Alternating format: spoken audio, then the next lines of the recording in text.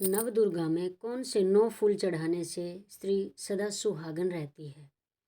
नवदुर्गा में कौन सी चीज से अर्घ देने पर रूपवती संतान उत्पन्न होती है? प्राचीन काल में मनोहर नगर में पीठत नाम का एक अनाथ ब्राह्मण रहता था। वह भगवती दुर्गा का भक्त था। उसके संपूर्ण सद्गुणों से युक्त सुमति नाम की एक अत्यंत सुंदरी कन्या उत्पन्न हुई। वह कन्या सुमति अपने पिता के घर बाल्यकाल में अपनी सहेलियों के साथ क्रीड़ा करती हुई इस प्रकार बढ़ने लगी जैसे शुक्ल पक्ष में चंद्रमा की कला बढ़ती है। उसका पिता प्रतिदिन जब दुर्गा की पूजा करके होम किया करता, वह उस समय नियम से वहां उपस्थित रहती। एक दिन सुमति अपनी सखियों के साथ खेल में लग गई और भगवती के पूजन में उपस्थित नहीं हुई। उसके पिता को पुत्री की ऐसी असावधानी देखकर क्रोध आया और वह पुत्री से कहने लगा, अरे दुष्ट पुत्री, आज तूने भगवती का पूजन नहीं किया, इस कारण मैं किसी कुष्ठ रोगी या दरिद्र मनुष्य के साथ तेरा विवाह करूंगा। पिता का ऐसा वचन सुन सुमति को बड़ा दुख हुआ और पिता से कहने लगी, हे पिता, मैं आपकी कन्या हूँ तथा सब तरह आपके अधीन हूँ। जैसी आपकी इच्छा हो वैसा ही करो। राजा से, कुष्ठी से, दरिद्र से अथवा जिसके साथ चाहो मेरा विवाह कर दो, पर होगा वही जो मेरे भाग्य में लिखा है। मेरा तो अटल विश्वास है, जो जैसा कर्म करता है उसको कर्मों के अनुसार वैसा ही फल प्राप्त होता है। क्योंकि कर्म करना मनुष्य के अधीन है, पर फल देना ईश्वर के अधीन है। जैसे अग्नि में पड़ने से तृणादि उसको अधिक प्रदीप्त कर देते हैं, इस प्रकार कन्या के निर्भयता से कहे हुए वचन सुन उस ब्राह्मण ने क्रोधित हो अपनी कन्या का विवाह एक कुष्ठी के साथ कर दिया और अत्यंत क्रोधित हो पुत्री से कहने लगा, हे पुत्री, अपने कर्म का फल भोगो। देखें भाग्य के भरोसे रहकर क्या करती हो। पिता के ऐसे कटु वचनों को सुन सुमति मन में विचार करने लगी, अहो, मेरा बड़ा दुर्भाग्य है जिससे मुझे ऐसा पति मिला। इस तरह अपने दुख का विचार करती हुई वह कन्या अपने पति के साथ वन में चली गई और वहां पर डरावने निर्जन वन में उसने जैसे तैसे बड़े कष्टों के बीच में रात व्यतीत की। जब सुबह हुई तो सुमति की नज़र थोड़ी दूरी पर एक कुटिया पर पड़ी, जहां पर एक साध्वी भगवती की आराधना कर रही थी।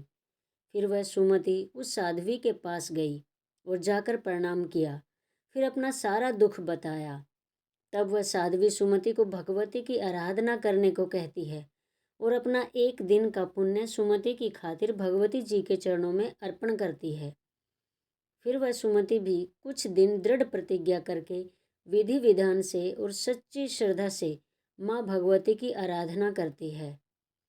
उस साध्वी के एक दिन के पुण्य के प्रभाव से भगवती जी उस साध्वी को दर्शन देती है। उस गरीब बालिका की ऐसी दशा देख देवी भगवती ने सुमति से कहा, हे पुत्री, मैं तुम्हें तुम्हारे पूर्व जन्म का वृतांत सुनाती हूँ, सुनो। तू पूर्व जन्म में निषाद भील की स्त्री थी और अति पतिव्रता थी। एक दिन तेरे पति निषाद ने चोरी की। चोरी करने के कारण तुम दोनों को सिपाहियों ने पकड़ लिया और ले जाकर जेल खाने में कैद कर दिया। उन लोगों ने तुझको और तेरे पति को भोजन भी नहीं दिया। इस प्रकार नवरात्रि के दिनों में तुमने न तो कुछ खाया और न जल ही पिया।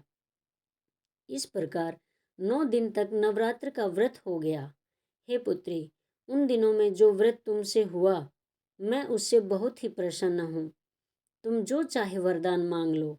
इस प्रकार भगवती जी की बात सुनकर वह सुमति कहती है, माँ, यदि आप मुझ पर प्रसन्न हो तो मुझे वरदान दो कि मेरे पति का कुष्ठ ठीक हो जाए और मैं सदा सुहागन रहूं और हम दोनों पति पत्नी सांवले हैं, पर हमारी संतान रूपवती हो।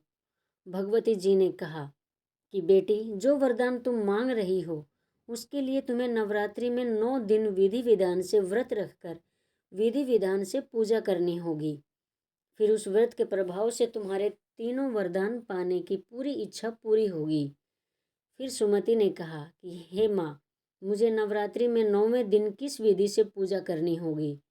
तो माँ भगवती ने कहा कि यह विधि मैं तुम्हें बताती हूँ, बड़े ही ध्यान से सुनना। तुमने आज मेरे दर्शन पाने को जिस विधि से पूजन किया है वैसे ही पूजन करना है। बस तुमने जो पूजन करते समय गलतियां करी हैं वह मैं तुम्हें बताती हूँ। यदि कोई भी स्त्री अपने पति की उम्र लंबी चाहती है और उसे निरोग देखना चाहती है और साथ ही सदा सुहागन बनकर जीवन जीना चाहती है तो उसे नवरात्रि में 9 दिन 5-5 फूल चढ़ाने हैं। अब आगे सुनो, किस दिन कौन सा फूल चढ़ाना है, अन्यथा इस फूलों के अभाव में नवरात्रि की पूजा का फल कभी नहीं मिलता। फिर भगवती जी ने कहा कि पहले दिन सफ़ेद कनेर के फूल अर्पित करने चाहिए, दूसरे दिन बरगद के फूल अर्पित करने चाहिए, तीसरे दिन शंख पुष्पी के फूल अर्पित करने चाहिए, चौथे दिन पीले कमल या गेंदे के फूल अर्पित करने चाहिए, पांचवें दिन पीले रंग का कोई भी फूल अर्पित करना चाहिए, छठवें दिन बेर के फूल अर्पित करने चाहिए, सातवें दिन रात की रानी के फूल अर्पित करने चाहिए, आठवें दिन मोगरे के फूल अर्पित करने चाहिए और 9वें दिन चंपा या गुड़हल के फूल अर्पित करने चाहिए। इस प्रकार भगवती जी कहती हैं कि इन फूलों के अभाव में पूजा का फल नहीं मिलता। सदा सुहागन रहने के लिए और पति की उम्र लंबी पाने के लिए नवरात्र के 9 दिन 9 प्रकार के फूलों को चढ़ाना अनिवार्य है। अब इसके आगे सुनो। अब तुम्हारा अगला वरदान है कि जो संतान तुम्हें प्राप्त हो वो रूपवती हो। तो सुनो, तो रूपवती संतान पाने के लिए हर सुहागन स्त्री को कुछ नियम करने चाहिए, फिर उसे रूपवती संतान की प्राप्ति होती है। वह नियम क्या है, समझ लो।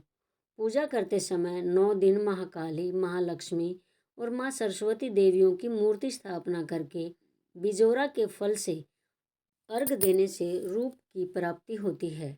जायफल से अर्घ देने से कीर्ति, दाख से अर्घ देने से कार्य की सिद्धि होती है, आंवले से अर्घ देने से सुख की प्राप्ति और केले से अर्घ देने से आभूषणों की प्राप्ति होती है। इस प्रकार पुष्पों व फलों से अर्घ देकर व्रत समाप्त होने पर 9वें दिन यथाविधि हवन करें। इस प्रकार भगवती जी अंतर ध्यान हो जाती है।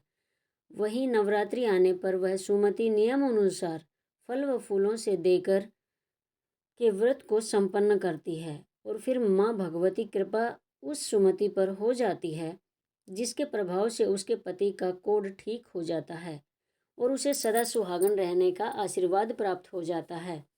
वही समय आने पर सुमति को रूपवती संतान की प्राप्ति होती है।